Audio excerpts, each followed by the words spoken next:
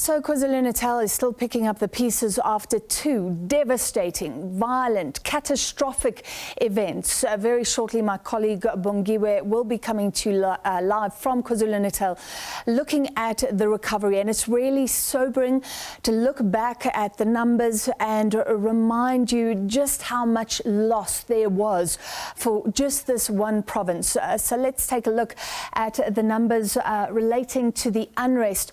The death toll standing at 354. More than 350 people lost their lives in the violence and destruction that took place a year ago. And then when it comes to the floods, even more deadly, 461 people lost their lives. And of course, not all the bodies have been recovered.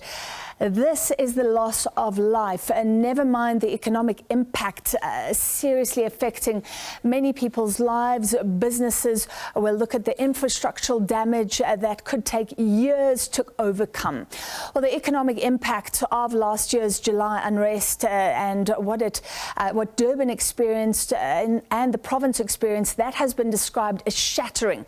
According to a recent joint survey by the Durban Chamber of Commerce and Industry and the Durban Municipality, a business in the city lost a staggering 75 billion rand.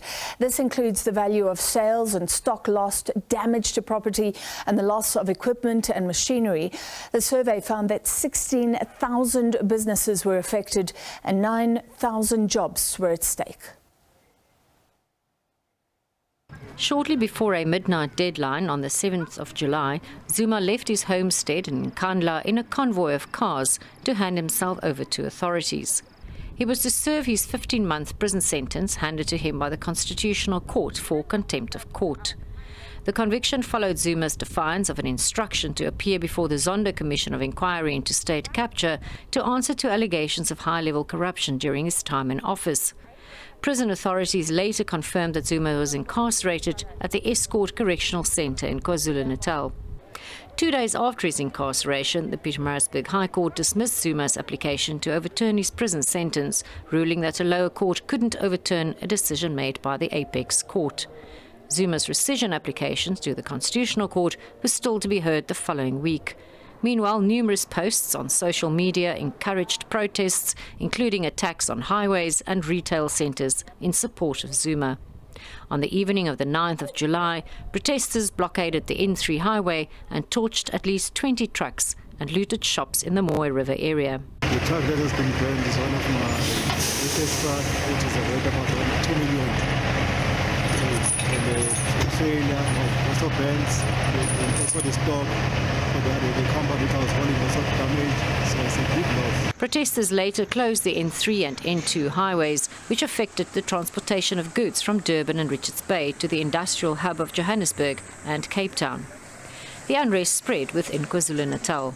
Shopping malls and centres were ransacked by mobs who took food, electronic goods, clothes and liquor. Attacks on retail centres also spread inland to Gauteng. In Durban and Pietermaritzburg, crowds of looters attacked warehouses and set alight several buildings and factories. The looting and violence forced multiple businesses and retailers to close. While initially the protest appeared to have been in support of calls for the release of Zuma, the situation later degenerated into acts of criminality. Government called for calm amidst growing threats to shut down the province. The outnumbered and under-resourced police force failed to quell the wanton looting and destruction.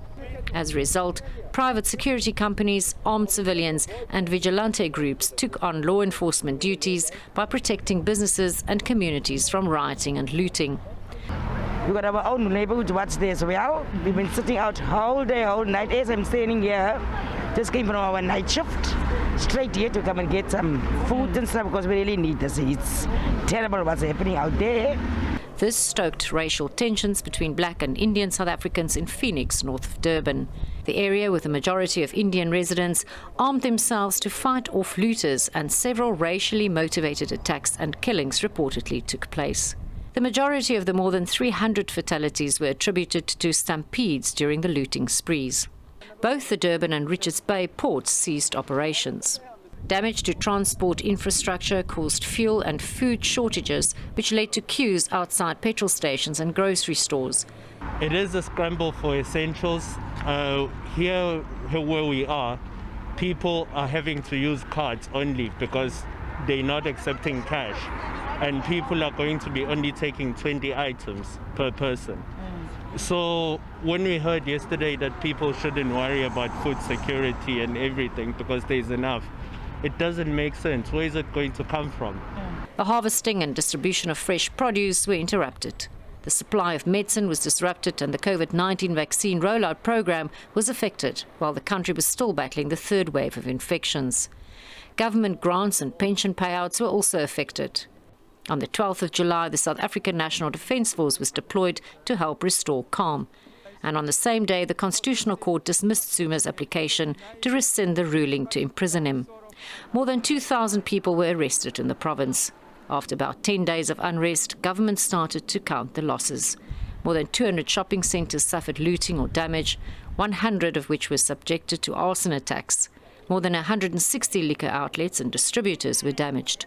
ATMs, pharmacies, banks and post offices were vandalised.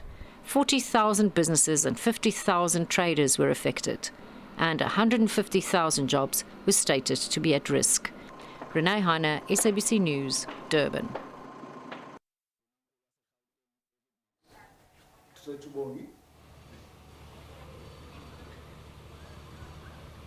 And as Renee reports there to say that just around 40,000 businesses have been impacted here in KwaZulu-Natal. We're coming to you live from the Value Centre, which is situated in Springfield. Now, this is one of those that, Renee talks about in her report, which was devastatingly destroyed. You look at the work that is continuing now. It's a stark contrast to what it was last year, July. We think about, looters ransacking this particular centre, really looking for whatever it is that they can get. And some of the visuals you are seeing on your screens right now paint a picture of the difficult situation that really was unfolding here last July. And as, of course, some have said, it's going to take quite some time to rebuild in this particular province. You're thinking about a centre like this one, which really employed quite a number of people, and they're trying to chase time to try and ensure that they do reopen by October. But what then does this all mean for those people who are sitting at home without any jobs? And as the looters were ransacking this place, they not only left a trail of destruction, they also set this place alight. And you can only imagine what then that means when it comes to the rebuilding process that is now underway. And of course, as you know, this looting continued. There's a macro that is not far from where we are, which was also one of those stores that were set alight.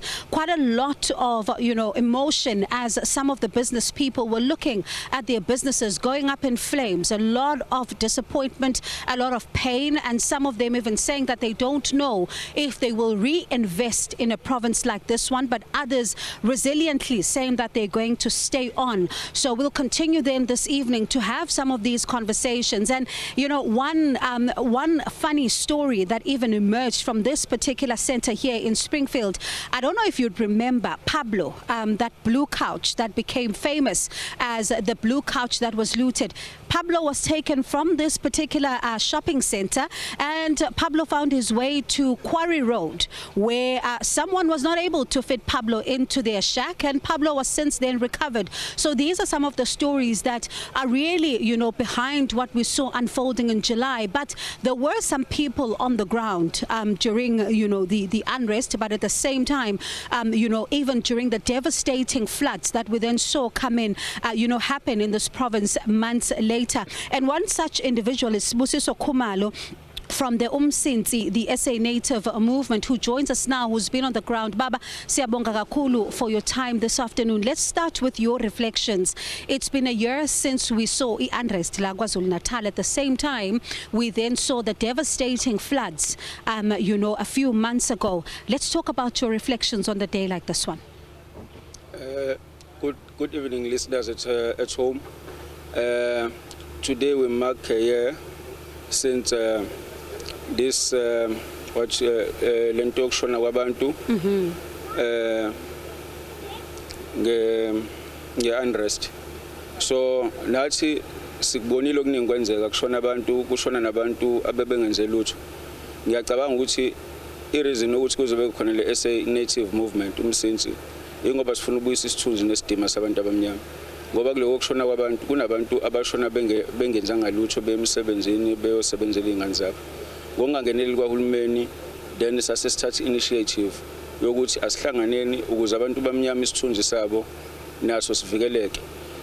Ngizongena futhi lapho umuthi ngokungangeneleli kaHulumeni ngizothanda usichazele, but let me just translate some of what you've said for the viewers. What he says is that they are trying as an organization to restore the dignity of black people. He says that this became apparent even during the unrest, and saying that they needed to make sure that this is something that happens. At the same time, he says that a number of people that were not even involved in what was happening lost their lives, people who were going to work. And I'll then go back to him for this, this one. You say, Baba, ukuthi uhulumeni ngokungangeneleli kwakhe nasenibona nina ukuthi angenelele ubengangeneleli kuphi?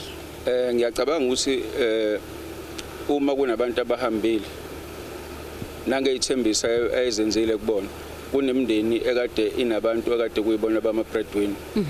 So beka abantu abanezithembiso ukuthi kunezinto abazobenzela zona ukuze banqephezeleke nokuthi kulandeleleke indaba ukuthi abantu babo bashone kanjani. So thina siwumsinsi ke sihambile sayibona lemndeni sayithatha ngokwesithunzi somuntu omnyama ngoba eminye ayikwazanga ngisho ukuphumelela ukuthi ifike iyothatha umoya yabantu basemakubo ngendlela yesithunzi somuntu omnyama. Sihambile sabaphelezela sangena khona ePhoenix sabathathela imiphefumulo yabantu basemakubo. After then sasesibenzela i-commemoration ngo-December 16 ngoba ngiyacabanga ukuthi abanye abakwazanga ngisho ukwenza ukubazilela abantu basemakubo. After then ngo-December we decided to go and handle them food parcel, and azange sigcine lapho okunye okulandelile sibe sesiqhubeka sibahlanganisa nelinye ithimba labameli elizokwazi ukuthi lithathe lolu daba lilifakele izibuko. And what he says there, Francis, is that, he and various other people who are part of this organization, Umsinsi, the SA Native Movement, really tried, as he says, to help the families. And in some instances, they were assisting some of those who were looking to collect the spirits of their loved ones from areas like Phoenix, because, Francis, we saw that this was one of those areas, that really became contentious. Racial undertones were at play there. And he says that they help them to go to areas like those, also helping them to be able to, get some kind of legal assistance in order to be able to take some of these cases forward. Now, Baba, asikhulume ngabantu ukuthi manje kunjani on the ground situation injani ngoba iprovince le eshayeke kakhulu ngama floods, and nakhona at the same time ibishayekile iCovid-19 and then yashayeka futhi ngeunrest. Kunjani phansi ebantwini? No, into engayisho nje isimo phansi sibi kakhulu njengoba sazi abantu abaningi balahlekelwe kakhulu imisebenzi ngendaba yeunrest. Ibelahlelwe imisebenzi weunrest bese ngaphansi kweCovid pandemic. So njengoba sekuphinde ngenelela ama-floods sibonile imindeni engaphezulu kwa-4,000 ilahlekelwa indawo zayo zokuhlala. Ukuthi nalapho umsinsi uphinde wangenelela ukuthi ubalekelele labantu ukuthi bathole impendulo zabo ngokusheshsha ngoba isimo abahleli ngaphansi kwasemahholo akusona isimo esigwinyisa amathe noma esibeka isimo somuntu omnyama esimnikeza isithunzi esimfanele. Ngikubonile ungenelela kakhulu uhamba nabo nihamba niye lapha ku cabinet in 10 seconds naniyofuna in the cabinet sasufuna impendulo ngoba sitheme esikade sifuna impendulo ngokuthi bazosizakala nini labantu sabona kuba nokuphikisana kuyiphathimandla kaHulumeni umnomzana uGodongwane ku national government esho ukuthi iprovince ethu ayikaze icela imali ku national government. So nangalokho njengoba sasiye khona kwakunesithembiso esasenziwe uDeputy Mayor uMr Mavundla ukuthi uzobuyela kuthina emva kwa48 hours nempendulo ukuthi labantu baphuma nini kulamawo labahleli kwana. So ke sizwe ke kulabo abanye esokhuluma nabo namhlanje ntambama sigoqe lapho mina nawe sibonge kakhulu ukuthi ube nathi namhlanje ntambama. That was Sibusiso Khumalo talking about some of the work that continues to unfold on the ground. And when one looks at this particular situation of the unrest, you also think about the handling of the situation by authorities, and that is something that we are going to be unpacking with a panel in just a moment as we continue to look at what lessons have we learned any, if at all, and what can be done to prevent a situation like this one. But let's take a break and we'll come back and have that discussion.